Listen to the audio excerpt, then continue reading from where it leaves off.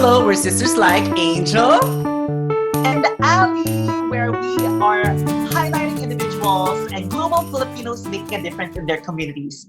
And again, I'm AllyCat Castle. I'm Angel's co-host, and I'm Angel's older sister by 3 years. Angel is my younger sister. We're both proud transgender women, and I also have another YouTube channel which is called AllyCat Castle. And back to you, Angel. Yes, and a very successful makeup artist, si Ali. And yes, she is my older sister. I'm the younger sister, Angel, and I'm a registered nurse, and I'm an actress. And you are watching Sisters Like Angel and Ali. And today we have a very special guest for all of you, very successful. I think the experience na niya lahat, from working in the Philippines, having his own company, moving to France and studying there, working there, being an expat in the Philippines, and then, oh my God, you're up for a treat. Anything you want to add, Ali?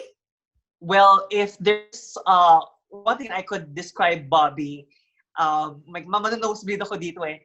He is a true global Filipino, world-class Filipino citizen. So no other than my best friend, my classmate for life in LaSalle Green Hills, Bobby de Ocampo. Hi. Bobby, can you give a little bit of an introduction about yourself? So, my name is Bobby. Ali and I grew up together. We were classmates we were batchmates for 12, 13 years in the Sal Green Hills. I now live in the Philippines. From that introduction, yes, I used to live abroad. I used to live in France. I still go back when I can. I'm now working for the family corporation. So we're in different industries. We're in clothing, in real estate, in food as well. So I manage the back end of a lot of our companies. Sample naman ng French. Mag-hi ka naman sa kanila. You ask me something and I'll answer in French. Let's say, for example, mabuhay, welcome to Sisters Like Angel and Ali, and you're with Angel, Ali, and I, Bobby. At magaganda kaming dalawa. Dagdag mo yun sa huli. Bonjour, bienvenue à notre chaîne YouTube avec Ali et Angel. Nous sommes trois dans cette chaîne pour cette émission d'aujourd'hui. Oh my God! Ayoko na! Uwi na kami, may nanalo na! Binibenta mo na ba kami sa mga French? Okay, so let's start, Bobby. So basically, we've been classmates in LaSalle Green Hills ever since. That's how it all started for us. So where did it all start? Your love for languages and your love for the culture outside of the Philippines, aside from being a proud Filipino, of course. Well, my first foreign language lesson was in grade 3. I think there was the school invited a French teacher to come to the Philippines, and then she taught us, and we were very young. At that age, you don't really learn that much. It was not really a regular thing. And then come high school, they were also inviting some teachers to come over. And yeah, so I learned French little by little, but since there was no continuation nor practice, I never really improved on the language. And then when my experience was when I was in third year high school, they offered people to go to Europe for a summer course. So which I did. I think there are about 7 of us from high school. We went to the UK for 1 month, and then after at the end of the program, I kind of did not want to go home because I was already on the other side of the world, and I only saw one country. So at 16, I decided to backpack around Europe by myself. I went from country to country, not knowing where I would sleep, not knowing what I would do the following day, or not knowing when I would leave. And the experience for me was very difficult. It was a bit traumatic because it was difficult. At 16 years old, you didn't speak the language. And then when I got back to the Philippines, I said, gosh, the most difficult country I stayed in was France. And I told myself one day, I will go back there and prove to myself that I can live there. And years after that, I went through college, I started working. I kind of thought maybe it's time for me to take a master's degree. And then it came back again to my head na, oh nga pala, where did I have a difficult time? Where did I want to go back? And it was France. So I decided to contact the French embassy in the Philippines to ask for their programs, their school programs. They showed them to me, and I applied to a school over there. I got accepted, and next thing I knew, I was on my way back to France, and there I studied there. Hindi ba prerequisite na kailangan marunong ka mag-French for Hindi. studying in France? No, kasi it was an international program. So the first semester was fully in English. Yung second semester, pwede kang mag-half-half. So I did muna yung first semester fully in English. Yung second semester, I would join the French classes na. Pero, wow. So one semester lang, magaling ka na mag-French? Hindi. It took time. Alam mo, the exams I took were all in English pa rin. And then even when after school, parang hirap pa rin ako because I was mixed with the international students. So all of us were speaking with each other in English. But later on, nung working na, wala nang choice, di ba? Parang, syempre, I was the only one naman na hindi marunong masyado dun eh. So napipilitan ka talaga. And that's how I kind of acquired the language. So there. So Bobby, where did that come from? Like, that part in you where you really had a hard time then when you were 16 years old doing the backpacking, and what did France challenge you? And you're like, I know that type of person who always wants to win, and that's the reason why you wanted to prove yourself, that you wanted to go back there and eventually like live and be acclimated to everything about France. I think it comes from my upbringing because my parents, I remember growing up, we would always be during the summers. Holy Week kasi is like March, April yan, diba? So what my parents would do is they would get all of the books of the businesses, and then they'd bring the books up with us to Baguio, and then we'd start to audit them. And the prize was a trip to Hong Kong or somewhere. So there pa lang, parang my parents would always bring us abroad, and I was the one who was tasked to do so many things. Na I would be the one to go to the bank in Hong Kong. I would be the one to, because my mom would do business there. I would go to her suppliers. In the end, at a very young age, I would be sent out to do things on my own. So, nangunguripot mom ko, so magluluto ako ng adobo sa supplier niya, yung ganon. So I guess dun pa lang, at that stage pa lang, I was kind of like an explorer. So when I grew up, ganun pa rin na-carry on ko siya. So it all started from there. Wala bang time na your mom gave you a task, tapos parang hindi ka natakot na ikaw yung magiging pupunta ng Hong Kong and do this and do that? Oh, maraming beses. There was one time na we went to Hong Kong, tapos my mom was there in business, so sinasamahan ko siya the whole time. And then our hotel was very close to the suppliers. Mm-hmm. And it was almost the end of the trip, and I had not ridden the MTR. Sabi ko, that's parang part of the Hong Kong experience is to ride the subway, kasi wala naman tayong subway dito, di ba? Mm-hmm. And so I rode it, and I ended up in the new territories na, sa border na, halos malapit sa border ng China. And I did not know how to get back. Alam mo, umiyak ako. And maraming experiences na gano'n. Even in Europe before, my gosh, ilang beses akong nawala doon na I literally was crying at some points. So but all of these challenges will make you stronger in the end. But, I mean, don't get me wrong. I'm a strong person, but I'm not as brave as you. So where did that strength where did that come from, Bob? I think it's the upbringing na rin ng parents ko eh. I started driving around our neighborhood at 9. I could hardly look through the windshield, but then I was already going around with the driver. Ang cute naman nun. Ganun ka with the driver. Yeah. I got my driver's license at, syempre, there's something that I'm not very proud of, pero dinoktor ko yung birth certificate ko to get my driver's license 2 years younger than most people.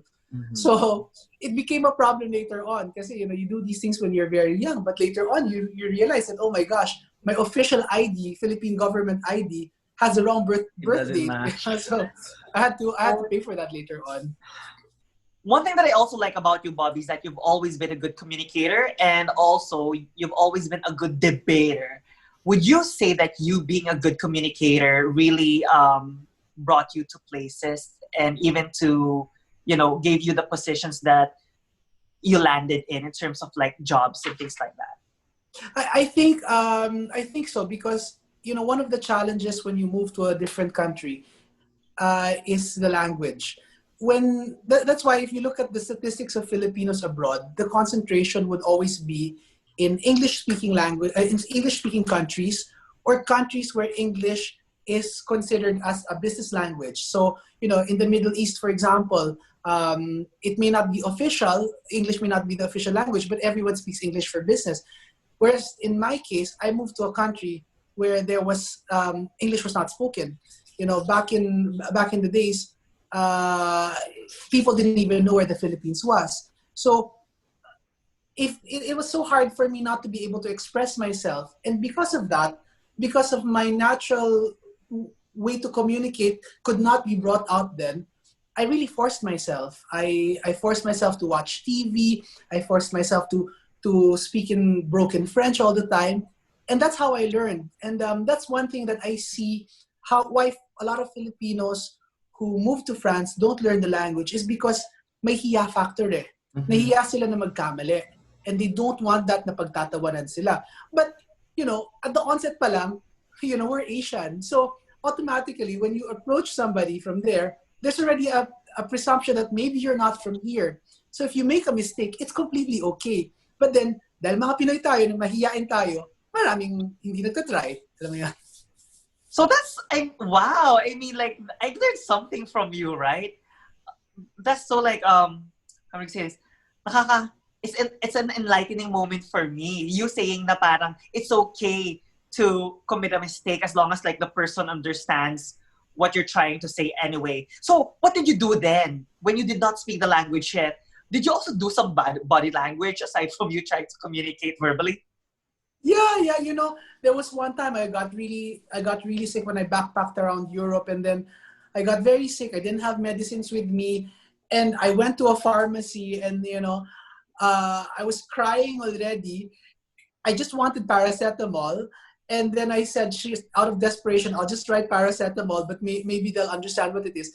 And then it was then I realized that generic names of drugs are almost similar in all countries. So it's also called paracetamol in France.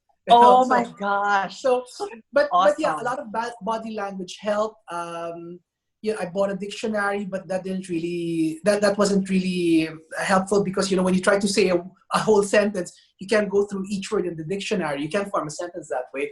But it was mostly watching TV. When you watch TV at the beginning, I couldn't understand the news, and then later on, I realized I was picking up things, and then hanggang naintindihan ko na lahat. So you just have to be bold about it. Wow, so TV pa talaga yung naging parang marker na gumagaling na it pala ako really helped. mag-French. It So really helped. so I want to ask Bobby. So what can you advise to those people who would like to travel abroad, like for example France, but they don't really speak the language much? So what can you advise them if they also want to like go there and study, like just like the way you did? I suggest there are a lot of universities which offer programs in English. So that's a stepping stone. You start there because obviously if your French is not good enough, you won't survive in school. So I actually work with an association here which promotes French education. So when people ask me, should I send my son abroad or should I go abroad? I always say yes. It was the most fulfilling experience in my life, and if anybody has the means to live abroad or to send their kids abroad for education, for work, do it while they're young, and then later on if you want them back here, pagtanda na lang yan, but let them have the experience they can get there, because it will really change the way you think on a daily basis permanently. And what did you bring with you in terms of, what did you share with them being a Filipino? Like, what was that trait or that quality of yours or characteristic of yours that you showed them why it's like Filipinos are world class and amazing like you? Well, so when I worked in France, I worked in a company which taught English to Europeans, and they had not know. Nobody knew about the Philippines. So one time, I was in the subway with my boss, and then he asked me, "So why do you speak English well?" And I said, "Well, I'm from the Philippines." And he goes, "Yeah, but don't you speak Filipino there?" I said, "Yes, but we're educated in English. So English and Filipino are both official languages. And the medium of instruction in high school or in school is in English, but we have 1 hour of Filipino every day," which kind of shocked him. And then we decided to open that school here in Manila. And in the end, because it was teaching English over the phone. In the end, there were about 2,500 Europeans speaking to Filipinos every day to improve their English.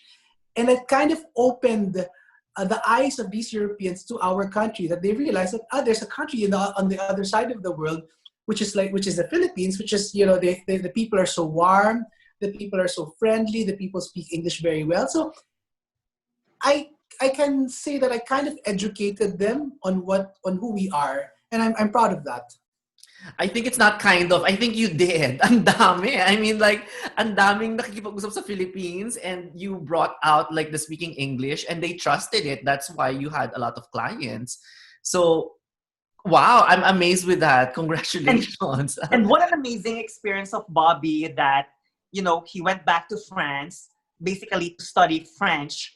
And then after becoming a student of like speaking their language, because he was so good both at speaking English and then now being able to communicate in French, they sent you, Bobby, back to the Philippines to start a company, right? And Yeah. then, so how was that experience for you from working there and then going back to Manila and now leading a French-owned company? Well, bringing the company here was a big gamble. So to open the company here, I had to do a business plan from A to Z. So all the way from how much it is per square meter to rent here, how much is minimum wage, what are the statutory benefits we have to give employees, basically how much would it cost for the company to open here. And I had to impress my boss. It was his first time in the country, and I arrived 1 week before him. So I had to prepare everything. I met with government officials. I told them, I have a French boss who's coming here. You have to be good with him, etc., so that he'll invest in the country. And so when he came here, he was welcomed like a VIP. As soon as the airplane door opened, they didn't let anybody out. They called him to come out. They got his passport. He didn't have to go through immigration. They stamped his passport for him. He was waiting in the lounge, and in the lounge was myself. So it was really impressive for him. So when he saw how we were here, he decided, I think it's time for you to come back to the Philippines permanently and open the company here. So 1 month after, I come back here with all of my bags, and then I started it, and it was a real challenge. It was a very big challenge because for so many reasons. Starting a company from scratch is not easy. Incorporating a foreign corporation in the country is not easy. The time difference was also a difficult challenge for us. I guess it was the manner of the way that the French company works will not always work elsewhere, and that's what I was trained in France. And me being both Filipino at the same time being educated there was such an advantage because they couldn't find a profile like mine back then. Pinoy pero educated over there to open a company over here. So it was the fusion of the two experiences of being Filipino and having experience in France, which made the company work here. And also when I was asked to go back there, it wasn't shocking anymore for me. I was so used to this whole work environment, the way they worked over there. So it was easy, pretty much. Speaking of that, what is the difference between working with the French people and working with the Filipino people? How can I say? What are the main differences? The French are known to take time with their work. In fact, multitasking is not seen very well. When sometimes people will say that that's one of my assets. I'm a multitasker, but the French believe kasi that multitasking is less efficient. You get to produce work which is less efficient than focusing yourself on one thing at a time. At the same time, when I started in the company, I didn't take a leave for 1 year. And at the end of 1 year, my boss told me, you have to take a leave. In the Philippines kasi, it's like in the US. Prolonged leaves are not seen very well. If you leave for more than 1 week, your colleagues will kind of look at you in a way na parang, oh wow, nananadya ka, or you're abusing the system. In France, it's a work-life balance. So they feel that if you do not take leaves for a prolonged period of time, you're like a battery getting drained slowly. So you need to re-energize yourself. In the summer in Europe, for 3 weeks, everything shuts down. All of these small businesses shut down. There's nobody in the city because everybody is mandated to take a leave of at least 1 week or 2 weeks. So companies practically close in August. So those are the things that I had to learn, because in the Philippines, 3-week leave, abuso ka, diba? So now that you live in the Philippines, do you still carry that with you na importante sa'yo na you would take a prolonged leave? Not prolonged leaves, but regular leaves. Like, every 2 months I travel somewhere, I take 2 weeks off, but not very prolonged leaves. But now I realize the importance of recharging your batteries. Mm-hmm. If there's something that you'll learn from the French people in general that you would like to teach the Filipino people, what would that be? What would that be? The work-life balance. I think that's very important. That's one thing that a lot of cultures are forgetting now. Parang, it's always 12-hour days. In the end, kaya marami nababurn out eh. So the fact that they treasure their time off of work, that's very important. For example, it was absurd for me when I came back here that my friends would receive work calls at 8 p.m. Bawal in sa France eh. You cannot call a colleague of yours for work after working hours. You can get sued for that. But dito sa Pilipinas, hanggang 10 p.m. you're taking work calls eh. And parang for me, I have my cut-off time. After a certain time, I tell myself, okay, wala na, tama na yan. I'm not running a hospital. Hindi mamamatay tao if I don't take this call. So what for you is the normal time that they need to call you in the morning, and what is your cut-off time? I want to learn from you. 8 o'clock hanggang mga, let's just say 7. Pwede pa yan. But like when I'm having dinner, don't bother me. I won't answer your call if I'm having dinner. Or pag gabi na, when I'm out of the office na. Well, I'm self-employed, so my case is a bit different. I have the right to say things like this. But a regular 9 to 5 person who works in an office who has a boss, they can't apply the same situation kasi magagalit sa kanila yung boss nila eh. But that's one thing that I respect right now. If it's after working hours, I try not to call people. I myself do that.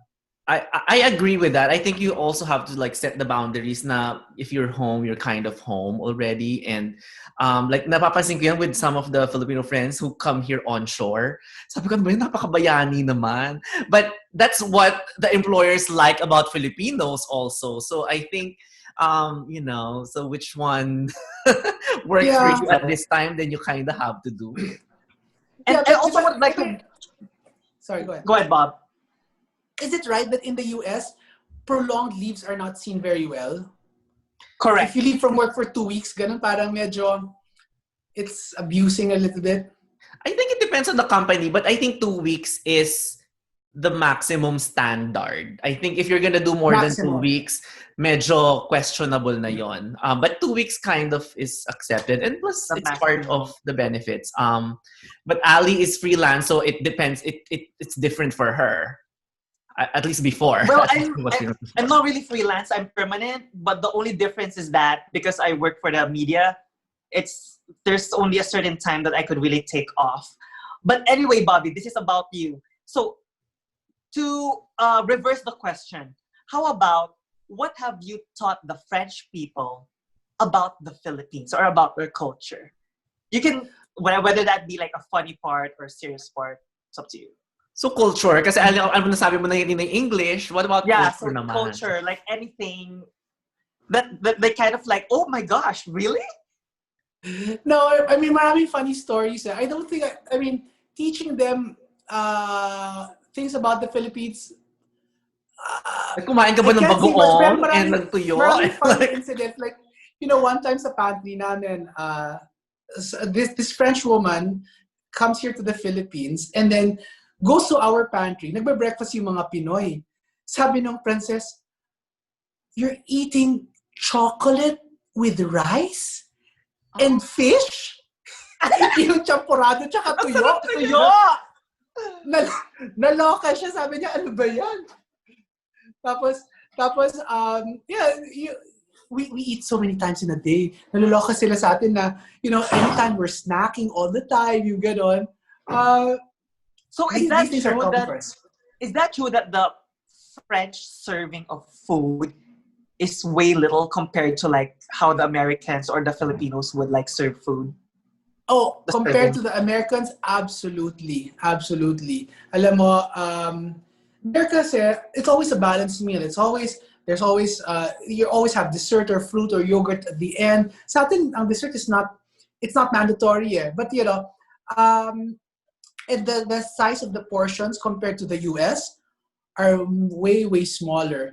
Tapos sila pa sa France, hindi sila mahilig mag-take out ng tira. They just leave it in the restaurant. Eh, tayo sa Pilipinas, Diyos ko, isang butil lang kanin, bawal mag-iwan eh. Sayang naman kasi. Exactly. Sa kanila, even if you don't finish half of your chicken, you just leave it in the restaurant, which I find such a big waste. Kaya naman pala napaka-slim ng mga French. Yeah, and I think yun nga, parang dun kasi, there's no such thing as a kiddie meal. What the adults eat are what the kids eat in smaller portions. Kaya, they grow up with a different palate. Sanay sila eating vegetables. Eh, sa atin kasi, ang kiddie meal is completely different. It's something fried or may pasta. It's not what the adults eat eh. Sa kanila, there's no distinction between the two. Kaya they have a very balanced diet. So we've talked so much about, you living in France, and then of course the language, and then you bringing friends in the Philippines through the company that you led, that's French owned. Let's talk about, French are known for arts and like fashion, and you're so much into fashion. If there's like something simple that you can share to us about being fashionable or about the arts that you learned from the French or in France, what would that be? Fashion. Fashion-wise, okay. Everyone is now watching Emily in Paris. It's a new Netflix series. Number one is, the French don't dress like that every day. That's not true. That's such a cliche. Only pang Paris Fashion Week lang yan. But at the same time, Europeans in general, they dress how they feel and how they want without caring about what people will say. I think ang problema lang sa mga Pinoy is we're too conscious. We're too self-conscious. We're always thinking about what will society say about what we're wearing, yung ganyan. Sa kanila, walang pakilamanan. If I want to wear chinelas on the weekend, then they do it. Which is, I think, one thing that we should also learn here in the Philippines, na what you feel, just do it. Walang pakilamanan. Bahala na kayo. Magdamit kayo ng kahit anong gusto nyong suotin. Walang pakialamanan. Yeah.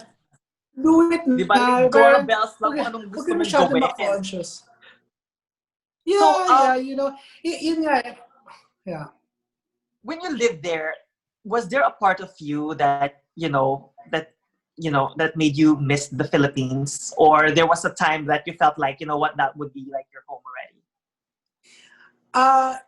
At a certain point, it became my home talaga. France was my home. My family was always here in the Philippines. So, but parang whenever I'd land back there, I would feel like, okay, finally I'm back. It became home for me. But I was lucky because with my job, I negotiated a deal that when you bring me back to Paris, you will pay for my ticket to go home to Manila every 3 months. So I was home 4 times a year. I was back in Manila 4 times a year. So parang, I never went to the Filipino stores there. Dito ako namimili ng groceries ko kasi nga, ang dalas ko dito ba't pa ako bibili doon, di ba? But then, it became my home. I had my own place there. Here, when I would visit, I had my room. Doon kasi I had my own place. So it became more of home. The only reason why this Manila was still home for me was because of the people. Pero in terms of yung day-to-day living, I was so used to living by myself. I was so used to my routine over there. And I always told myself, I'm going to live here for probably 20 years and then retire back home. But that was cut short for the simple reason that, as I said, my family was always in the Philippines. And then I saw my parents were getting old. And after having spent so much time abroad, I realized that, they're getting weaker. And I think it's time for me to go back. I've had enough time abroad. I've had enough experience abroad. And it's time to spend time with my family. And so 4 years ago, I decided, sige, my dad was getting sick at that time. I said, I think it's time for me to be with my dad. And so I did it. I had a very great career there. Nobody in my company imagined that I would leave. They all thought that I would be there for life because, I had such a great career. But then in the end, family obligations came before my career. And I said, I can always work in the country. At least, I'll be able to be with my family. So, nanguna yung family sa akin. I think that's a very important Filipino trait rin talaga. Family comes first in the end. Yeah. Diba? Yeah. Nag-alarm na siya kanina, Ali, ha? So, do you have anything else? Well, Bobby, really I'm just so proud of you. And I want you to know that thank you for sharing to us your story. I mean, you've always been an inspiration and you still are an inspiration to me and an inspiration to many. If there's a quick advice that you can give to all the Filipinos who would like to work abroad, wherever that may be, what would that advice be? Do it. If you can, if you find a good career abroad, if you find a good school abroad and you have the means to go abroad, do it. Because it's an experience that you will never get back home. And whatever you will learn there will make you a better person. Whether you decide to stay there outside permanently or whether you decide to come back, it will always make you a better person. So if you have the chance to move abroad, do it. Do it. Don't stop yourself. Galing. Ako, I want to ask, ano yung mga current na ginagawa mo dito? At ano pa ang i-expect na pwede mo pang gawin? Ang dami mo nang nagawa. My God. Well, right now, I'm dealing with a family corporation, so all of the back end, all of the documentation, all of the legal work, it's a lot of work. It's really so much, but I'm enjoying it because I'm self-employed. I still go to work. I'm still at the office at a certain time, from this time to this time, even if I can choose not to go to the office. But my corporate discipline from my previous company and from working abroad, kahit na self-employed ako, nadala siya. And that's one thing na even for people who have big family businesses, it always gets best to get experience outside muna to get that corporate discipline. And then after 3 or 5 years of working outside, that's when you join the family corporation. Kasi yan ang napansin ko, ang difference ng siblings ko . There are 2 of us who worked in corporate. The rest went straight to the family business. Iba yung disiplina sa work. So I think it's more well-rounded, getting that experience muna outside and then bring it back to the family. So yeah, that's one advice that I'd give to people. Wow, win-win. Diba? Anything else, Ali? Meron ka pa bang idadagdag? Oh, and if there's something that you can say to your French people out there. In French. In French. Please translate mo rin sa amin after. Oh, ok. Pour mes amis français, mes amis là en France, vous me manquez beaucoup. J'espère qu'on peut se voir un jour. On ne sait pas quand pour le moment, mais un jour, je vais retourner pour vous voir. So I just told them that to all of my friends in France, my French friends, my friends who are living over there, I miss you very much. I wish to see you again one of these days. We don't know when because of what's happening in the world, but one day I will go back again and see you guys. I miss you guys a lot. Aww. Oh, Well, before we end this, we ask all of our guests 3 quick tips for beauty, for health, and for self-care. I think I can round that up into one answer. No, beauty, health, and self-care. Self-care. You guys know it, but I always grew up as a very obese kid. I was fat from kinder all the way until college, and right now I'm very tabain. I've always felt I feel comfortable how I am right now, but with age kasi, we have to take care of our bodies because especially now I'm 40 turning 41. My metabolism has slowed down by so much, and I know that I'm at the stage of possibly getting diabetes or all of these other diseases. So pag-ingatan lang kasi feel comfortable the way you are, but always make sure that you are healthy na lang. Whether kung mataba ka naman pero nagsusports ka, tapos, hindi naman super nagkaka-blockages, that's fine. But, be careful, especially now, ang daming nagkakasakit. So, just be wary of that. Be healthy. Aw, that's so nice. what does that mean? Eat salad? Wag na, dahan-dahan sa kanin. Charot. Anything you want to promote or any parting words to our viewers? No, I just want to thank you, the two of you, for inviting me. It's such a pleasure. You build me up so much, but I think it's it's really not that big a deal. But but thank you so much. I'm really appreciative. You guys will always be my friends, no matter where you are around the world. We saw each other last year as if we never parted ways. And to think that the last time we saw each other was what, college or high school? Oh, I saw you in Paris. Yeah. So this video just goes to prove that no matter if the bond of your friendship is so tight, even if you haven't seen each other for so long, it will always remain there. And I thank you guys for that. Thank you so much, Ali. Anything you want to promote or parting or? Well, my parting words again, as I always say, Bobby, thank you for being my best friend. Thank you. I love you so much, and I will always look up to you. You'll always be that bright star that I will always look up to. And thank you for always being there for me. And congratulations for everything. You're always in my heart and my prayers. And so everyone, please don't forget to support me as well on my other YouTube channel, AllyCat Castle, where I'm hyper crazy energy. And lately I've been doing a lot of self-development, of course, me singing, and a little bit of makeup, which I need to update soon. Back to you, Angel. Thank you so much, Ali. Thank you so much, Bobby. I look up to you so much. Both of us. And more pa ngayon because of your amazing stories that I hear. Thank you so much na pinaunlakan mo kami here on your busy schedule, being the business owner and everything. Thank you. And Thank you. yeah, thank you. And to everybody watching, thank you for watching. Please like, comment, subscribe, and share to everybody. And please watch us every Sunday where we highlight individuals who make a difference in the community. Katulad ni Bobby, kita mo na-share niya ang Filipino values sa kanila. Very proud Filipino, and vice versa. Na-share niya ang French culture sa atin. So again, this is Angel.